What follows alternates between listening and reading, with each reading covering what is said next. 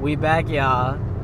So I'm doing this from a secret remote location. Actually, I'm just in West Michigan on the way back from the shop. It was going down out there, so I had to go chill. But I ain't missed the show, and that's why I'm here dropping these gems for y'all once more. You know how it is. So let's get it right in to episode 6 and what went down. Alright, first of all, we're gonna go all the way out to the Great Lakes of Westeros in the Riverlands, right? We see that Lord Frey, the Freys, the backstabbers and chiefs of Westeros, them cats done lost River Run. The Blackfish done took it back. You hear what I'm saying? And of course he took it back. Why? Because he the Blackfish. He the realest. You know what I'm saying? So that's what he did. He took it back, and now both the Freys and the Lannisters are going to be determined to get that back. So we saw what happened there. Next off, also we saw that Edmure Tully, who is the heir of the Tully throne. This dude is, we thought he was dead or something. Nah, he's been getting tortured up for a little bit at the Twins, which is the Frey castle. So we see that he alive, and he ain't looking too good, but he ain't dead. So I mean, I guess that's a plus. Next, we briefly went out to we didn't briefly went out down to the south. Yeah, we went out to the south to Horn Hill, which is not too far from Highgarden, which is like the capital of the south. And basically we saw Sam and Gilly and their little baby and whatnot go over to Sam daddy house and basically saying, hey dad, while I'm off at college, can you raise my son and give my baby moms a job? Well, his pops wasn't too happy about that. His moms and sister looked like they wanted to take her in, but he was bugging. So he was just saying all type of crazy stuff about him, calling him fat, just basically like, just going hard on him. And then Sam was like, you know what, man, F this. We out, man. I was going to leave you here to get schooled up. We out, man. I'm not feeling this. So Sam, Gilly, and the baby, they stole Heart's Bane, which is a Valyrian steel sword, which probably will come into the play. As we know, Valyrian steel can kill White Walkers. And they dipped out. So that was the last we saw them. Next, we went over to King's Landing. And a lot of stuff went down in King's Landing this week, which a lot of people, for some reason, don't like this arc. But it's really important, man, because basically, like, imagine if ISIS, right, fell through in Washington, D.C. And not only did they fall through, they took over the city. Then even after they took over the city, they kidnapped the First Lady. Then after they kidnapped the First Lady and the mother of the president and did some other crazy stuff, they converted them, right? So that's basically what happened, is that Marjorie, I think, is playing off like she's totally been converted.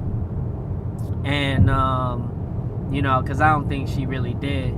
She totally is acting like she's been converted. And then she got Thomas. She tested him too. And Thomas so stupid, he's so charming and soft, that all he was doing was just sitting there going, okay, baby, okay. And so she came in and tested him like, oh, he not all what he seem, is he? Man, next thing we know, this dude comes out, all his Kingsguard got the logo, got the logo with the 7 all on their chest, and he's talking about something, the faith and the crown got to work together. So, the Tyrells and the Lannister families, they tripping, because they just like, this is not how this was supposed to go down. And Tommen is just so spineless, bro, that it's like every time somebody tell him something, he always going through his feelings, and he's just like, oh, I guess I'll do what you asked me to do. Like, dog, you the king, you make the rules, bro. And that's one thing that Joffrey understood, but Joffrey was crazy, so he did spend too much time killing people. You know what I'm saying? But I digress. Anyway, after that, we decided, well, we didn't decide, the show decided to show us what was going down with Bran. And Bran had a lot of stuff that was going on with him. It seems like he's getting more control over his newfound third eye open powers. You feel what I'm saying? And he started having a lot of flashbacks, and we saw in those flashbacks stuff like things that happened in previous seasons. But we also saw the Mad King, and he was screaming like, burn them all, burn them all. And that's important because that was right at the time where Jaime Lannister decided to kill the Mad King, forego his oath, kill the Mad King, and actually do what was the greater good, but got a lot of hate for it because he broke his oath to his king. He was supposed to die with his king, but he chose to kill his king and open the gates for the army that included Ned Stark, Robert Baratheon, and all them other cats. So it'll be interesting to see if we get that full scene later on, because that was really like, you know, how everybody came to power. The Mad King was fully intent on burning down all of King's Landing, and instead Jaime Lannister of all people did something that saved hundreds of thousands of lives and got no love for it. So again, he's one of my favorite characters, man, even though he's banging his sister, which is real strange. But you know, he has this strange virtuosity to him that a lot of other characters really kind of don't have, and it stems out of like Lannister pragmatism. But he really is a virtuous dude. When you put his back against the wall, he'll usually make the right decision that saves lives, and you can see a lot of that in Tyrion too. So it's weird, man. He's a bad guy, but you can't help but, like, you know, give him applause for certain stuff. So after Bran saw that, you know, he woke up, and it seemed like he got some sort of like radar. He got like sonar for the zombie dudes, and he peeped out that they were nearby. And next thing you know, they get picked up by this dude riding his horse. Whoop whoop!